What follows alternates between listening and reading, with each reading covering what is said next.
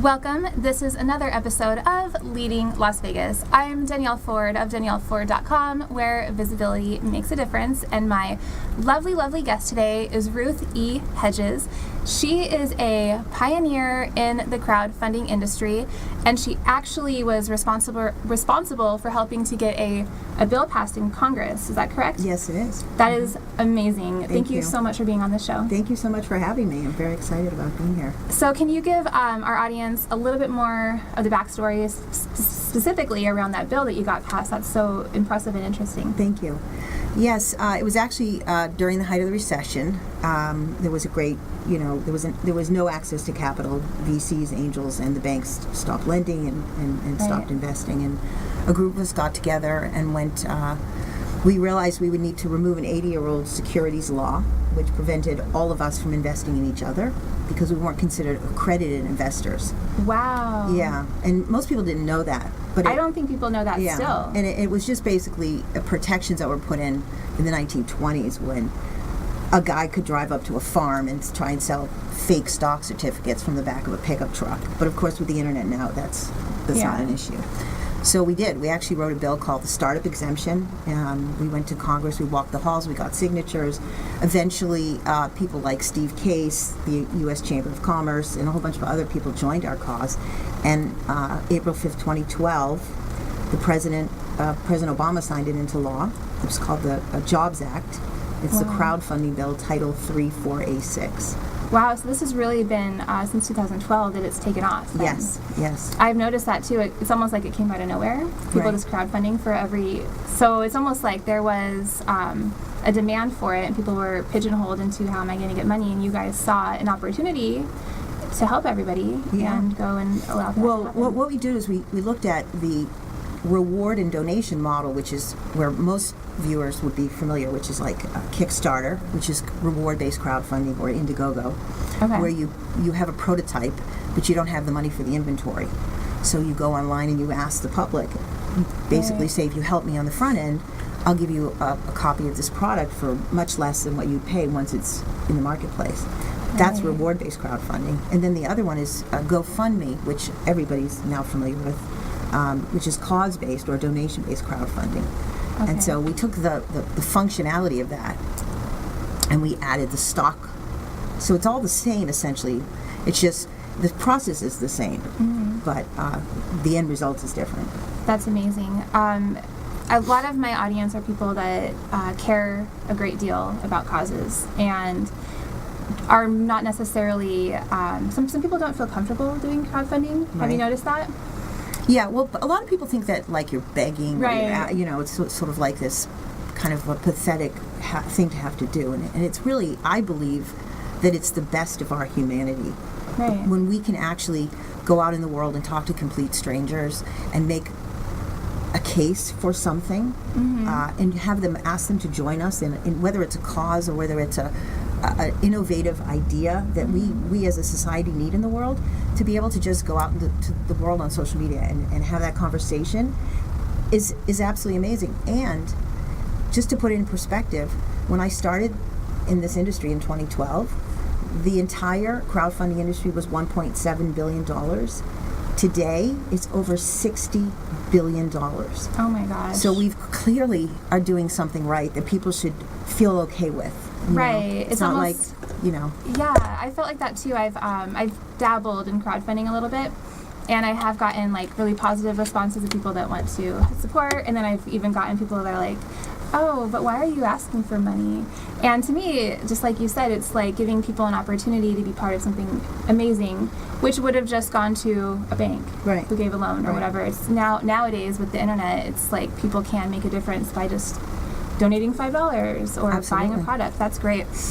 So if somebody was interested in getting started with crowdfunding, they just didn't know what platform to use or what to do, but they knew they needed to raise a certain amount of money, is there maybe like a step-by-step or simple step process or some tips that you would have for them to get started? Sure. So we actually built something. It's called crowdfundingcrm.com, and it's a planning tool that walks you through the entire process. Everything from how to showcase that you're a thought leader in whatever it is you're trying to raise the money in, building a crowd, writing a press release, getting a lot of fans and followers and friends, building a list to email. More than 40% of the money that's raised in crowdfunding is done by email marketing. So you really want to start to build a list with like, you know, a lead gen page where you can capture someone's name and email address. Wow. And then even the video. I mean, you have 100% failure rate without a video. So you don't even bother crowdfunding if you don't have a video. Really? That's how important the video is. I would assume it would be very important, but that's really shocking. 100% failure rate. Wow. And then there are other things like you have to get some commitment ahead of time. So you don't want to start. This is one of the biggest things people do, because I get thousands of social media tweets. Will you share my campaign? Will you help promote my? And I look at them and I see the first thing they do is it's zero. So the campaign started a week ago and it's still at zero. Now, I'm a complete stranger, and so are the rest of the people showing up. But the person putting on the campaign must have somebody who loves and cares about them enough to give them $20. Right.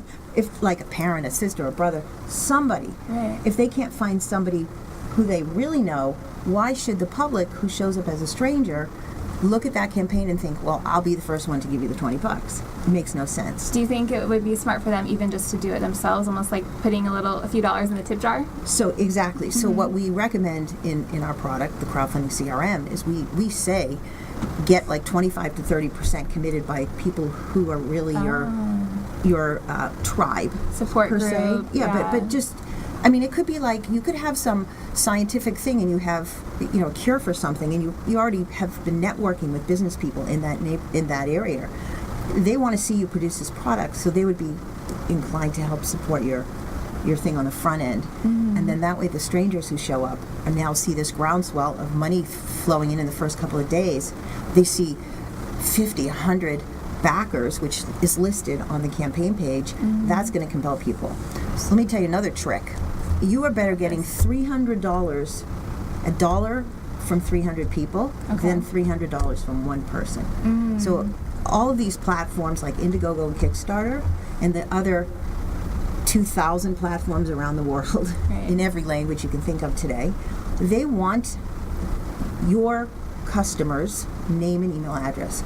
So if you can bring 300 people in like the first 24 hours to give you $1 or $5, that's worth a lot of money to the platform. So what they're going to do is they're going to take your campaign and they're going to uplift it on maybe to their homepage. That's so smart. Or they're going to put it in the next newsletter because they're going to think, wow, this is a great, look at all the traffic. Tweet about it, spotlight it. Exactly. Make it a case study. This person raised so much money in 24 hours. Wow, that I wouldn't have, and I do marketing and I kind of think about those things, and I hadn't even considered that as a way. That's really, really smart. Yeah. Wow. And then I just wanted to address something you brought up before. People shouldn't feel ashamed of using crowdfunding. I'm going to give you some examples. LeVar Burton crowdfunded Reading Rainbow. He raised $5 million. Now, you would think LeVar Burton could pick up the phone and call anybody on the planet and find money he needed. Yeah. But it's just not that easy for anybody to raise money. Kristen Bell raised over $5 million for Veronica Mars, and she took the TV show and she made a movie out of it. I mean, there's all kinds of people. We had this company last year that came to my convention, and they had raised $8 million for a card game called Exploding Kittens, and they had 218,000 backers. That's twice as large as the next closest campaign ever in the history. And it was because this celebrity cartoonist had created, his name is Oatmeal, had created the design for this card game. And he already had a following. So he was able to just immediately get all this excitement around his new Exploding Kittens idea. And they didn't even have a prototype. They just had some postcards with some little drawings on it. And literally this thing took off. And in 30 days, they raised $8 million. So to piggyback off that, because you just gave me like a bunch of, so many thoughts are coming to mind right now. But when you said that, the thing that I first thought of is like, how are conventional retail products and like say a game or a movie studio, how are they responding to this kind of crowdfunding? Do you think they feel like intimidated by it? No. Last year, 10% of the films at Sundance were crowdfunded. Wow. Yeah. And if you go into like the gaming industry, it's huge. people have great ideas, but they can't get past the prototype. They can't get the money to create the inventory. So they're stuck in that prototype stage. And crowdfunding helps them. And then you have this amazing proof of concept. So even like Sony has used it to prove a product's idea. Some big corporations will use it. They don't need the money. They just want to see if there's interest before in it. Before they invest. In it, yeah. Last year we had Johnson & Johnson. They have a platform called Caring Crowd. They want to do medical research. So for example, if there's a rare disease and there's not enough, they don't believe there's enough money in it for them to do the research. If a group of people who all have the disease or their families get together and crowdfund the research, and they can prove, they get through the research and it's successful, they'll create the medicine. Oh my gosh. And they'll pay for the medicine side if the public pays for the research. Right. That makes so much sense than one person trying to fund them. And then it also proves that there's enough of a lot of people out there with that disease. So it makes financial sense for them. It makes financial sense for the pharmaceutical companies to finally get on board and help. And then you have a whole world of like research crowdfunding. I mean, you have science crowdfunding. You have crowdfunding for college tuition. Millions of people, I mean, not millions, but lots of people are crowdfunding today for, obviously, because it's so expensive. You have real estate crowdfunding. That's a huge thing, too. So people, you could own a piece of a condo, but not the whole condo. You could own a piece of the building. Yeah. You could own a piece of a hotel. You could own a piece of an office building that you would never be able to buy an office building, but you can own a piece of one. What about these, I've seen some kind of like pop-up, almost like pop-up social media crowdfunding, like Patreon. Would you consider that crowdfunding? Yeah. Yes. Do you think that's kind of like where crowdfunding is going? I think there is. I mean, they have a wonderful platform. It's kind of like a matching thing where there's federal funding, there's grant money. Wow. For a park, right? But the park costs $100,000 and the grant will only give $50,000. So they on that platform they match. They match the other 50. Amazing. If the crowd comes through with the 50, they get the other 50. Wow, I just didn't even realize the opportunities that are in crowdfunding. I know that you have a yearly convention that you do. Can you tell us a little bit about that? Sure. So every October for the last 6 years, we've been gathering the industry leaders from all over the world. We've had people from 22 countries, and we've had people from as far away as Singapore, Australia, Taiwan, Chile, and we've had a great influence. In fact, we got a phone call a couple of years ago from the Spanish embassy. They wanted to buy 12 tickets because they have a 40% unemployment rate in Spain, and they desperately needed some way to create jobs. And startups are the job creators. They create 60% of all the jobs in the world. So we put on, it's called the Global Crowdfunding Convention. It's in October every year. This is our 6th convention. And we're really excited. This year we have Microsoft as our sponsor. Oh my gosh, okay. and we're working with their Department of Supply Diversity, which is the part of Microsoft that helps women, minorities, and veterans and LGBT community get these contracts as part of the supply diversity world. But a lot of them need access to capital because they don't have enough money to buy the inventory. They have sort of the same problem. So we are now introducing this new thing. And so it's the GCCworld.com. That's the address. GCCworld.com. The GCCworld.com. The, T-H-E. The, T-H-E, okay. Yeah. Very good to know. Wow, thank you so much. If you guys are interested in crowdfunding or have done it before and want to ramp it up for the next time, check out that convention. Also, where can they find you in general online? So I am on Startups Map is my personal Twitter handle. Okay. Startups Map. Funding Roadmap, the GCC World. I have 5 different Twitter I would accounts, imagine, right? yeah. We have the GCC World has a Facebook page. Okay. And you can just Google me. I'm all over the place. We'll post those links below the video, too, so go ahead and check that out. Thank you. Thank you so much for being on here. You are so inspiring, and I know that I'm sure people are taking notes and running now to go learn more about you. Thank you. And thank you for having me. Oh, you're welcome.